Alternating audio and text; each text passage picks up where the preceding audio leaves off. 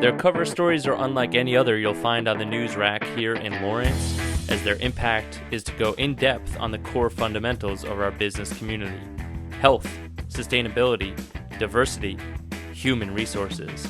All assets that are in high demand, but plenty of supply right now in Kansas as we battle this pandemic together. Tonight, an interview with Steve Herzog of the Lawrence Business Magazine as the Kansas Small Business Survival video series continues. Welcome back to the Coronavirus and Kansas Small Business Survival video series. I am Matt DeSarl. Today I have the privilege of being joined by Stephen Herzog, co-owner and founder of the Lawrence Business Magazine. Stephen, how are you? Matt, I'm doing great tonight, but we must reword that. My wife, Ann, is the co-founder along with me, and so it's not a single thing, it's plural. We're a partnership, and without Ann Frame Herzog, I assure you there would be no magazine. No, great job. And I would not be living here in Lawrence, Kansas. Kick saving a beauty, Steve. Thanks for saving me. So the first question throughout the series has normally been, what is your business under normal circumstances? Under normal circumstances, the Lawrence Business Magazine, we publish a local magazine quarterly, and we are always looking to promote a positive, thank you for the notes, Ann, people and businesses that are making a positive impact in Lawrence, Kansas, and Douglas County. You're driving me nuts here. We have 25,000 readers. We publish close to 9,000 hard copies, and we have an online issue of the magazine at lawrencebusinessmagazine.com. We never go negative. At this point in our lives, we really want to celebrate what's positive. There is so much negativity in the world. It's so easy for the media to go negative. We do not do that. Out of all our issues out of the last 9 years, we have never published a single derogatory comment towards anyone or any business here locally. And we celebrate what's positive. That's great. That's a great mission. And I mean that sincerely. I was just going to say that initially, when I was younger and a college student, one of my great loves was documentary filmmaking.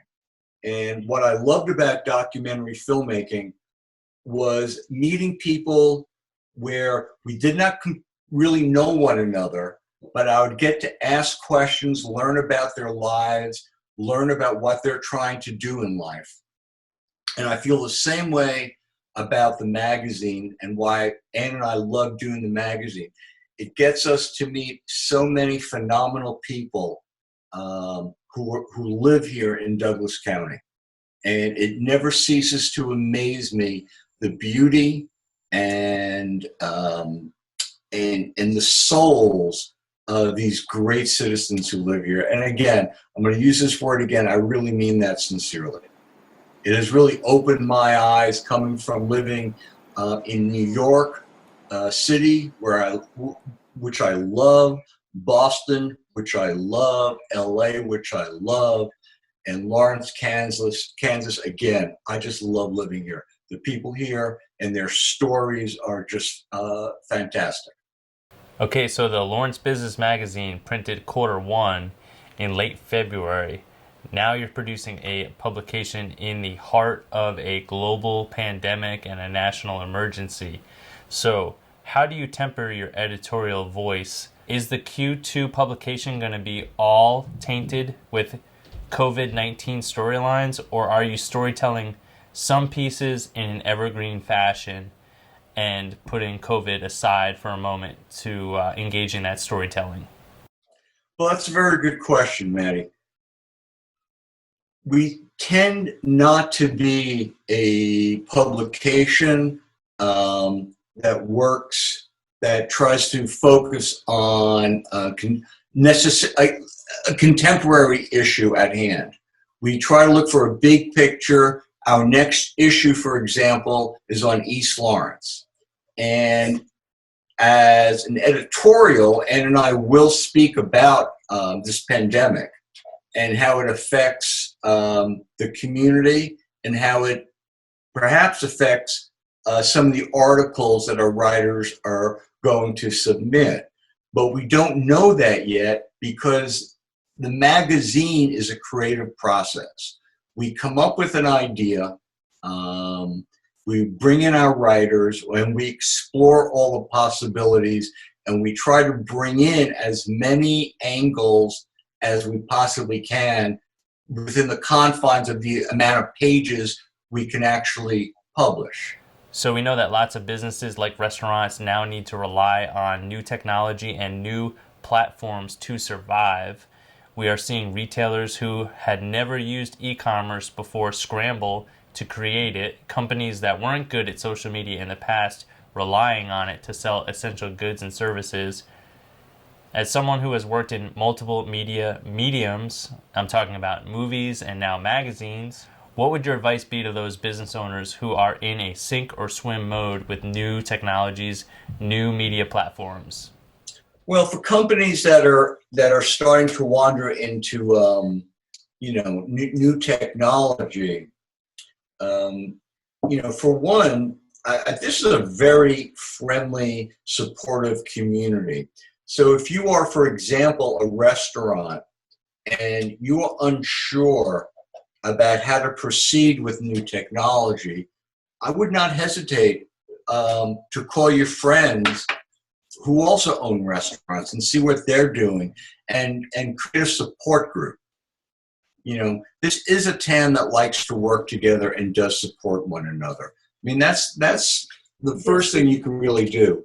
The other two things you can do is the SBA, the Small Business Association, with Will Katz, and also the Lawrence Chamber of Commerce. They are both doing things together and promoting different seminars that if you call them up, they'll put you on the list and you can start to learn things that you may need to learn to continue in your business. And one thing I will say, and I'm going to shoot from the hip here, is there's a lot of us who are parents who have younger kids who are really hip and sharp when it comes to new technology. And since they're not in school right now and they're doing homeschooling, use them to your advantage. You'd be surprised just how smart your kids are and how they will be willing to help you to navigate through these areas. Now, I'm certainly not saying that's the first place to go, but be creative. Now is the time to be creative and to look at your options and see what you have. I mean, in a way, we all have computers. We can all connect with people via computer, but we're all, I don't want to say stuck in our home, because I certainly don't feel stuck in my home. I'm kind of happy being at home because I love my wife, I love my son, and it's a very comfortable house, and I'm okay. But use those assets to help your business and see what you can come up with. This is a little bit off the topic, but there's a great movie called The Chef. And it's a beautiful story about a chef who goes online and gets into a Twitter war and doesn't realize that the Twitter that he sends is going to the entire world, not just to the one critic he's attacking. And he destroys his business. It's called a tweet, not a Twitter. A tweet. It's called a tweet. It's called a tweet. Don't do it. That's out there now, bro. It happens. Why would you do that? You can't take that back. And his son really teaches him about tweeting. Is that what Jon Favreau? Fantastic movie with Jon Favreau. Did you post anything since last night? You gotta be kidding me. Wow. Yeah. Justin Hoffman, John Leguizamo was in it. It's a great movie. Please, if anybody's listening to this, go rent it. Feel good. Yeah, that was a good one. Feel good movie. It's a fantastic film, beautifully shot, beautifully directed. beautifully acted, and it's a really feel-good family movie. And Steve is right, the restaurant community is rallying around one another. One way that's happening is through the Lawrence Restaurant Association. They've set up a fund to provide aid for local hospitality workers. We're going to leave a link in the YouTube summary here for their donation page if you would like to consider giving. And next week, in part 2 of my conversation with Steve Herzog, we will learn more about what's on tap for their Q2 magazine. And we will also learn more about how their mission migrated from Los Angeles to Lawrence. Thanks for watching, and keep producing, Kansas.